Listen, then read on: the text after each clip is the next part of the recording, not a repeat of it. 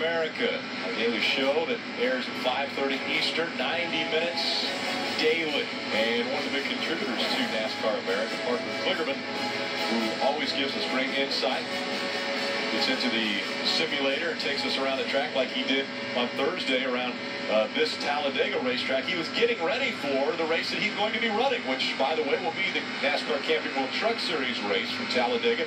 That's on Fox tomorrow at 1 p.m. Eastern. So we wish him all of the luck. And he has won at this track in a truck before. As a matter of fact, it was one of the first races, or the race that he won, but one of the first races that I've seen him have such great success, and he planted the checkered flag in the infield after his win. Instead of maybe doing burnouts or whatever, that was his celebration. He took the checkered flag and planted it right in the infield. Like he was on the moon. He was like he was on the moon. We see the 83. That's Jeffrey Earnhardt that is behind the wheel. And what that does is it continues a streak. It will be the 74th Talladega Sprint Cup Series race with an Earnhardt in it. And there has been incredible success. Jeffrey has Doug Reichert on top of his box this weekend for this 83 car. And he's a familiar name to the Earnhardt family. Absolutely. Way back in 1980, Doug and Dale Sr. were successful in the championship. You can see back there, those are some good-looking threads. I like that, Rick. But Rick, you stole your shirt.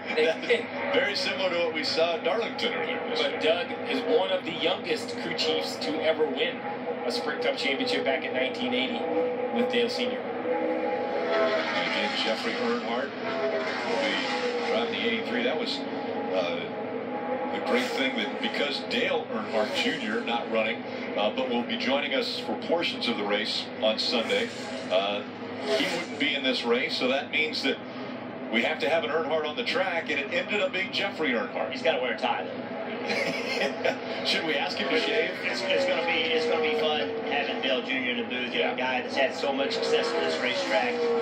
Really, when he comes in for the, he's coming in around.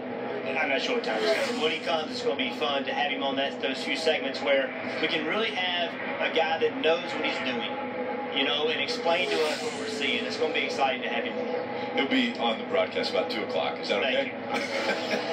he won't be here for the beginning or the end, but that's what I was trying to say. We want to have him in his insight because he has been so successful.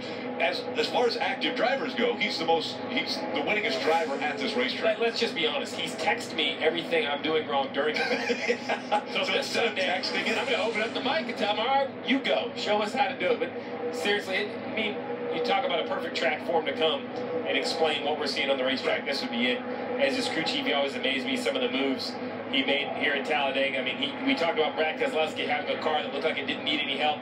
Well, Dale Jr. has had cars here that look like they needed very little to no help. Maybe he'll tell us some of those secrets. Yeah, I know the wins are really impressive, but look at the average finish. Yes. A racetrack where we talk about it's so easy to be in wrecks, it's so easy to have those things happen. To have an average finish of 15.4, that's pretty impressive. Yeah, how many laps? 960 laps out front, so pretty incredible. We look forward to having him join us for portions of the race on Sunday. Looking right along with the Mountain Dew car.